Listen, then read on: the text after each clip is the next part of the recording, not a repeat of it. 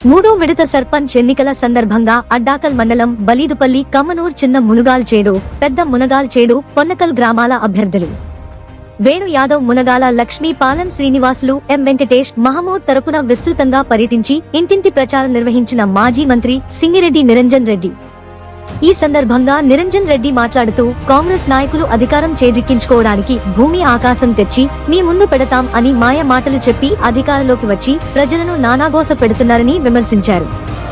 రెండేండ్ల కాంగ్రెస్ పాలనలో గ్రామ అభివృద్ధి కుంటుపడిందని, రైతులకు సాగు తాగు నీరు కరెంట్ ధాన్యానికి బోనస్ లేక రైతులు అప్పుల పాలైనారని ఆవేదన వ్యక్తం చేశారు. గ్రామాలను పట్టణాలతో సమానంగా అభివృద్ధి చేసిన ఘనత కేసీఆర్ది అని, పల్లెలలో పరిశుభ్రత పచ్చదనం కోసం 10 లక్షల రూపాయలతో ట్రాక్టర్ ట్రాలీ ట్యాంకర్ ఏర్పాటు చేసి పారిశుద్ధ కార్మికులను నియమించి మొక్కలు నాటి వైకుంఠ ధామాలు నిర్మించి అభివృద్ధికి తోడ్పడినారని, నేడు ట్రాక్టర్లలో డీజిల్ పోయించే దిక్కు లేక గ్రామాలు దుర్గంధంగా తయారైనాయని అని అన్నారు. బలీదుపల్లె అభ్యర్థి వేణు యాదవ్ ఉన్నత విద్యావంతుడని, ఉద్యమకారుడని, నీతి నిజాయితీ కలిగిన ప్రజాసేవకుడని, ఆయనను గెలిపిస్తే గ్రామ ప్రతిష్ఠ పెరుగుతుంది అని, అదేవిధంగా ఊరు పేరునే ఇంటి పేరుగా మార్చుకున్న పొన్నకల్ మహమూద్ ఉద్యమకారుడు అని, ఉరికి సేవ చేసే వ్యక్తిని సర్పంచ్గా గెలిపించాలని కోరారు. కేసీఆర్ సుపరిపాలన మళ్లీ రావాలంటే బీఆర్ఎస్ పార్టీని గెలిపించాలని పిలుపునిచ్చారు.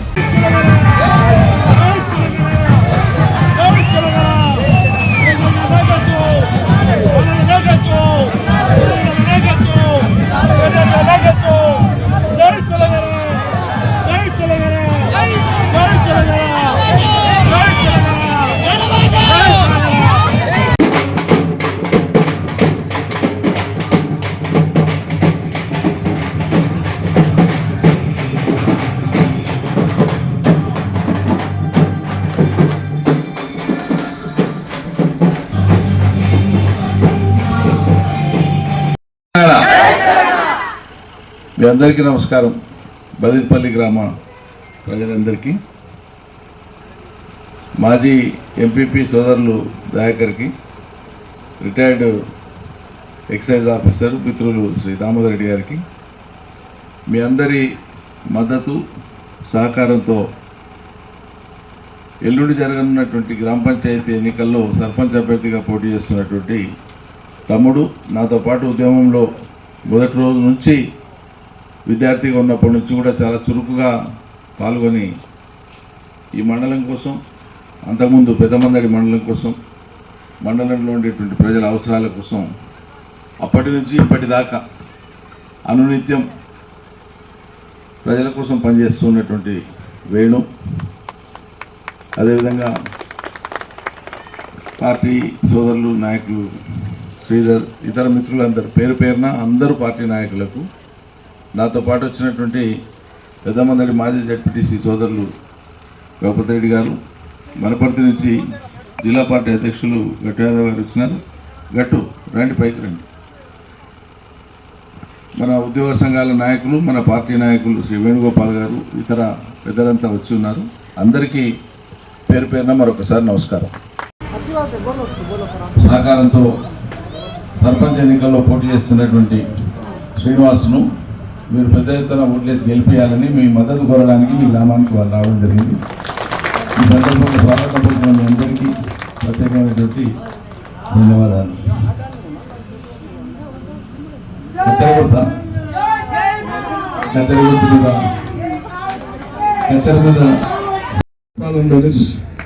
ఇవాళ అదే బాధలల్లా ఆయన చెప్తుంటే మేము ఊళ్ళలోకి పోయినప్పుడు రైతులకు కష్టాలు ఉన్నాయి, ఇప్పుడు తిప్పలు ఉన్నాయి, కరువు ఉంది, నీళ్లు లేవు, మీ కుటుంబాల అవస్థలు ఉన్నాయి, పిల్లల పెళ్లిళ్ళు ఉన్నాయి, చదువులు ఉన్నాయి, కాపురాలు వెళ్ళక 10,000కో 15,000కో 20,000కో మీరు భూములు అమ్ముతున్నారు. దయచేసి అమ్మకండి, చెర్ర ఓపిక పట్టుకోండి, తెలంగాణ వచ్చేది ఖాయం వస్తే ఈ భూముల విలువ పెరుగుతుందని నెత్తినోడు కొట్టుకొని చెప్పినాం. మేము కొంతమంది అవును కానీ మాకు బాధ ఉంది కదా తప్పదనేది, కొంతమంది అది వస్తుంది మేము చూస్తాం లేదు సార్ అని కొంతమంది అనేది నమ్మకం లేదు. ఇవాళ ఏంది కథ, ఇవాళ ఏంది కథ? అదే వాగు సస్యశ్యామలం అనేటువంటి సంవత్సరం పొడవునా నీళ్లు దుక్కేటువంటి వాగుగా తయారు చేసినాం, జీవనదిగా తయారు చేసినాం. ఇప్పుడు కాదు, ఇంకా 100 ఏళ్ళైనా పాలమూరులో ఇంకా కరువు అనేది ప్రజలు చూడరు. భవిష్యత్తులో ఆ స్థితిని కేసీఆర్ నాయకత్వాన్ని తీసుకొచ్చినాం. ఈ తరంలో మా జీవితాలకి ఇది పెద్ద తృప్తి, గొప్ప తృప్తి. ప్రజలను ఆ కరువు నుంచి శాశ్వతంగా బయట వేయడంలో ఆ ప్రయత్నంలో మేము కూడా భాగస్వాములం కాబట్టి, మేము కూడా కీలక పాత్ర పోషించిన వాళ్ళం కాబట్టి, ఈ పుట్టిన నేలలో మా యొక్క రుణాన్ని తీర్చుకునేటువంటి అదృష్టం మాకు కలిగింది కాబట్టి మాకు సంతోషంగా ఉంది. దాని ముందు ఎమ్మెల్యే, మంత్రి ఈ పదవులన్నీ చాలా చిన్నవి. నిజం చెప్పాలంటే ప్రజలకు శాశ్వతంగా జరిగినటువంటి మేలును తలుచుకుంటే అందులో నుంచి వచ్చేటువంటి తృప్తికి మించింది ఇంకేం లేదు. ఇవి అటువంటి సందర్భాలలో ఈ జిల్లాలో మారు మూలల ఎక్కడో అలంపూర్లో, ఎక్కడో అచ్చంపేటలో, ఎక్కడో మక్తల్లో పక్షుల్లాగా ఊరూరు తిరిగి జెండాలు బాతి తెలంగాణ కోసం మాట్లాడుతున్నటువంటి తొలి రోజులలో కాలేజీ విద్య పూర్తి చేసుకొని మా ఎంబడి తిరిగిన వాడు మహమూద్. అందుకే ఆయన పథకాలు మహమూద్ నిలకడగా ప్రజల కోసం పనిచేయాలన్న తలంపుతో దేవరగద్ర నియోజకవర్గం ఏర్పడిన తర్వాత, అంతకుముందు వనపర్తిలో ఉండేది మీకు తెలుసు, దేవరగద్ర ఏర్పడిన తర్వాత ఆలగారికి అటాచ్ అయిపోయి తన టీంలో ఉండిపోయి ఒకసారి కోఆప్షన్ సభ్యుడిగా అవకాశం వచ్చినా సరే మళ్ళా క్షేత్రస్థాయిలో ప్రజలకు పనిచేయాలని చెప్పి ఇలా మేము ముందున్నాడు. మరి ఆయన పనిచేస్తున్నాడు, జెండా పట్టుకున్నాడు. ఆయన ఎవరో తెలియదా?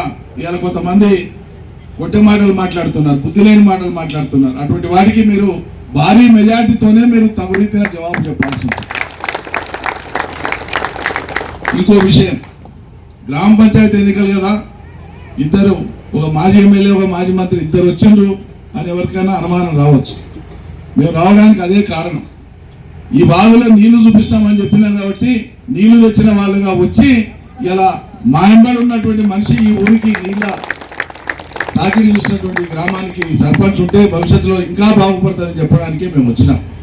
ఇలా కాంగ్రెస్ కొట్టేసి ఏమవుతుంది? కాంగ్రెస్ మద్దతు ఇచ్చినటువంటి అభ్యర్థి ఏమవుతుంది? ఇస్తే ఏమవుతుంది అంటే వాళ్ళు ఎన్ని అబద్ధాలు ఆడినా, ఎన్ని హామీలు ఇచ్చినా, మాట తప్పినా మళ్ళీ మాకు సేద లేదు, మాకు రోషన్ లేదు, మళ్ళీ మేము మీకే చేసామని అనిపించుకున్నట్లయితుంది. అంత రోషన్ తప్పిన వాళ్ళం అయ్యాలి మనం. ఎంత బాధనండి, ఎంత ఎంత యాతన. అసలు నువ్వు చెప్పినవి అమలు చేయకపోతేవి, రైతు బంధు 15,000 అంటివి ఇవ్వకపోతేవి, బోనస్ అంటివి ఇవ్వకపోతేవి, ప్రజలకు పెన్షన్లు ఇటువంటివి సరే ఎగరగొడితేవి కాదు. రైతు భరోసా వాడు చెప్పిన 15,000 అసలు ఇయనేలే. కేసీఆర్ ఇచ్చిన రైతు బంధును 2 సార్లు ఎగ్గొట్టి ఒకసారి 4 ఎకరాల లోపున్న వాళ్ళకు మాత్రమే ఇచ్చి ఒక్క పోయిన సీజన్లో మాత్రమే అందరికి ఇచ్చింది. అంతేనా? చెప్పేది కరెక్టేనా? అంటే మొత్తంలో ఒక్కసారి ఇప్పటికి ఇచ్చింది. మరి ఇప్పుడు యాసంగి సీజన్ వచ్చిందా? ఇప్పుడు యాసంగి స్టార్ట్ అవుతుంది కదా, రైతు బంధు రాలేదు. సీజన్ అయితే వచ్చింది కదా, సీజన్ వచ్చింది, రైతు బంధు రాలేదు. మరి ఈ సీజన్ వచ్చింది. నిన్న ఓట్లు అడగడానికి వచ్చినోడు తొండలోడో బల్లులోడో ఎవడో నాకు తెలియదు, కానీ రైతు బంధు గురించి ఏమైనా మాట్లాడిండా? ఈ సర్కారు ఎప్పుడు ఇస్తారో చెప్పిండా? అసలు ఇస్తారా లేదా చెప్పిందా? లేదు. రైతు బంధు ఇవ్వకపోయినా, కరెంట్ ఉండి కూడా వాళ్ళు చక్కగా సప్లై చేసే తెలివితేటలు లేకపోయినా, ఏరు వారి ఆంధ్రాకు నీళ్లు పోయినాక కూడా 45 రోజులు పట్టేది మనకు మోటార్లు చాలు చేయడానికి. ఇది వీళ్ళ తెలివి. తొండలు పట్టడం అంటే ఏ ఊరికి పోతే ఆ మొగోడు అంటే కేటీఆర్ అన్న పాయింట్ల తొండలు వదులుతా, మొన్న అమడబాకులకు పోయి వామన్ గౌడు పాయింట్ల తొండలు వదులుతా, మహమూద్ అన్న దగ్గరికి వచ్చి మహమూద్ అన్న పాయింట్ల తొండలు కొడతా. 2 ఏళ్ళు అయింది ఊరికి ఏం పని చేసినవరా ఆయన అంటే గుట్టల పోటీ తొండలు పట్టుకుంటా తొండలు వదులుతా అంటాడు. 2 ఏళ్ళు అయింది ఊరికి ఏం చేసినామో చెప్పాలి కదా. ఈ ఊరికి మేమేం చేసినామో లెక్కలతో సహా చెప్పిండు మహమూద్ అన్న. నాకు ఇప్పుడు ఇంకా జ్ఞాపకం ఉంది.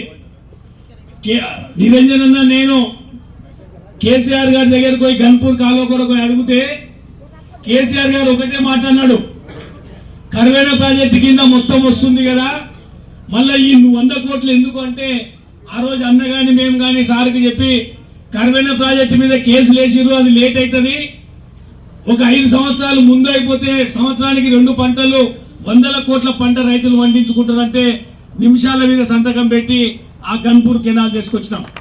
కళ్ళలో అనుకోలేదు ఈ వాగులో ఇవాళ జీవనది లాగా ఇవాళ కూడా నీళ్లు వాడుతున్నాయంటే దాని వెనకాల మా కష్టం ఉందా లేదో ఒకసారి జ్ఞాపకం చేసుకోవాలి.